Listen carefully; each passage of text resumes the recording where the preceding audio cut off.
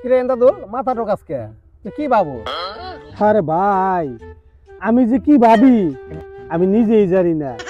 আচ্ছা, আমি একটা চিন্তা করতেছি, আমাদের দেশের মানুষগুলো গরিব কে? গরিব থাকার কথা না। বেটা আমি যদি সরকার হইতাম, বুঝছো, তো এই দেশে যত গরিব মানুষ আছে একটা গরিবও রাখতাম না, সব বড়লোক বানিয়ে দিতাম। কারণ কি জানো, টাকা ছাপাইয়া সবার বস্তা বস্তা টাকা দিয়ে দিতাম, গরিব রাখতাম না, সব বড়লোক বানিয়ে দিতাম। দেখবি কেউ হয় গাছতলায় বুঝি, কেউ হয় আবার পাঁচতলায়। এই একটা জিনিস নিয়ে ভারী ভাবতাছি, এই দেশে সরকার হলো বলদ, মানে টাকা দিয়ে করলাম ইচ্ছা করলে মাথা নষ্ট। সব গরিব মানুষ বড়লোক বানিয়ে দিতে পারতো। শুধু শুধু কামলা ব্যস্ত না খেয়ে থাকতো, কি দরকার আছে? হেই চিন্তা এইবার বাঁচতাছি, হেই বাবাই ভাবতাছি কি করা যায়। আমি যদি সরকার হইতাম এই কাজই করতাম, বুঝছো? বেটা হন, যদি আমি সরকার হইতাম তাহলে আমি কি করতাম হন, তুইও হন। আমি যে কি করতে পারি সরকার যদি হইতাম, তাহলে এই যে দেশ আছে না বাংলাদেশ, এই বাংলাদেশ সোনার বাংলাদেশে পরিণত করতাম। জায়গায় জায়গায় স্বর্ণ পরে রয়েছে, কেউ উড়ায় না, খালি মুহে মুহে কয় সোনার বাংলাদেশ। আমি সরকার হইলে এই যা দেখো সেটি সব স্বর্ণের থাকতো, কারণ আমি সোনা দিয়ে বাঁধালাম সোনার বাংলাদেশ, যেখানে সেখানে সোনার খনি আছে, কিন্তু আমাদের এই সোনা খনি উঠানোর মতো কোনো বৈজ্ঞানিক সে তৈরি করতে পারেন নাই। এই জন্যই আমাদের সরকার বোধাই। বুঝলাম সবার কথাই।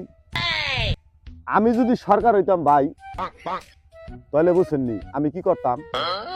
এই যে মনে করেন যে আমাকে বাংলাদেশে যত বড় বড় মনে করেন যে দালান কোঠা আছে, মানুষে যেখানে বসবাস করে, আমি সবার আগে এগুলা ভাঙতাম ভাই। কারণ কি লিগা ভাঙতাম, এটা কিন্তু আবার অর্থ আছে। আমি ভাঙতাম এই কারণেই, আমার দেশে চাষের জমিন কিন্তু কমে দিতেছে দিনকে দিনকে। এই কারণেই কিন্তু আমাদের দেশে কিন্তু ভাই অভাব অনটন বেশি আসতেছে, কথা ঠিক। তাহলে মনে করেন আমি কি করতাম, এগুলা ভাইয়া মনে করেন যে অফিস আদালত না, মানে যারা বিল্ডিং এ, কারণ এমন লোক আছে মনে করেন যে তাকে মনে করেন যে একতলা একটা বিল্ডিং হইলে জায়গা, আবার এমন লোক আছে ছোট একটু মনে করেন টিনের ঘর হইলে জায়গা, হেরা 10 তলা একটা বিল্ডিং উড়ে ছিয়ে দেয়, প্রয়োজন নাই তারপর উঠে, কারণ ওই যে টাকা খরচ করবো, বুঝেন নাই। কিন্তু ওই জিনিসটা কি করতাম, আমি হলে কি করতাম, ওই টাকাটা খরচ করতাম মনে করেন যে কৃষি খাত। যেমন যদি মনে করেন যে জায়গা জমি নগো কিনে দিতাম, তাহলে মনে করেন যে ফসলাদি হইতো, মনে করেন তাহলে আমাদের দেশে অভাব অনটন কমতো। এই জিনিসটা কিন্তু আমার মনে করেন যে ইচ্ছা, আমি যদি সরকার হইতাম। কিন্তু সরকার এটা করতেছে না, কি নিকা করতেছে না, সরকারও যান না, বুঝছেন কি কইছি আমি? ইন্দাদুল্লাহ কি কন? জহির ভাই, শাকিল কোন কথা খারাপ কয় না। তাও না শাকিল খারাপ কথা কইব কে? শাকিল আমাকে লগে চল না, আমাকে কম জ্ঞানী লোক বেটা না, আমাকে কম জ্ঞান নিল, তাহলে কিন্তু ও কথা কলম ওর যুক্তি আছে, কথা ঠিক আছে। আপনিও কথা কইছেন খুব যুক্তি আছে, আমরাও যে কথা কইছি যুক্তি আছে। কথা হলে কি, যুক্তি থাকলে তো হইব না ভাই, ঠিক আছে। না আমরা তিনজন কি সরকার হইতে পারবো না? অত সম্ভব না। শুধু শুধু আমরা এই স্বপ্ন দেখে আমাকে লাভ নেই, ঠিক আছে। এই বিকালটা শেষ করলাম, 3টা পাড়ার মতন মানুষ এখানে বইয়া কে কি স্বপ্ন করবো, এই যে কে কি করতে পারবো জীবনে, এই পেশা শুরু করে দিছি, ঠিক আছে। দরকার আছে এই মাথা কামাইয়া এই পেশা শুরু করছি, টাকা হইয়া লাখ টাকার স্বপ্ন দেখতেছি। কথা ঠিক আছে নি শাকিল? হ্যাঁ, কথা ঠিক থাকবো না, কথা সবই ঠিক আছে। আপনারটাও ঠিক আছে, আমারটাও ঠিক আছে, বাইরটাও ঠিক আছে। বিষয়টা হলো কি ভাই, আমরা যে এখন আছি কাল্পনিক জগতে, এটা কিন্তু একটা কাল্পনিক ঘটনা ভাই, তেমন কিছু না, বুঝছেন।